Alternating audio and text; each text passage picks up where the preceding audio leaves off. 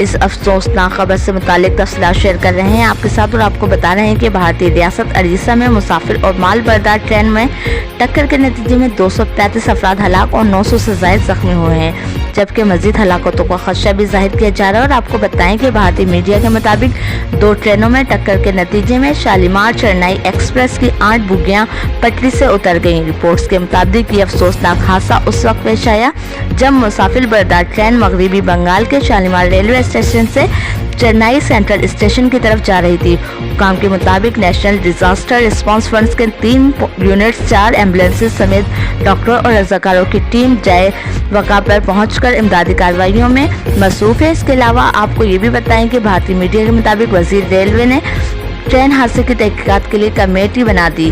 دوسری جانب بھارت کے ریاست شہر اڑیسہ میں ہولناک ٹرین حادثے کے بعد آج ایک روزہ سوگ کا اعلان کیا گیا ہے۔ بھارتی میڈیا کے مطابق وزیر اعظم نریندر مودی نے حادثے میں افسوس کا اظہار کرتے ہوئے مرنے والوں کے لواحقین کے لیے 2 لاکھ روپے امداد کا اعلان کیا ہے اور صورتحال کا جائزہ لینے کے لیے اجلاس بھی طلب کر لیا گیا ہے۔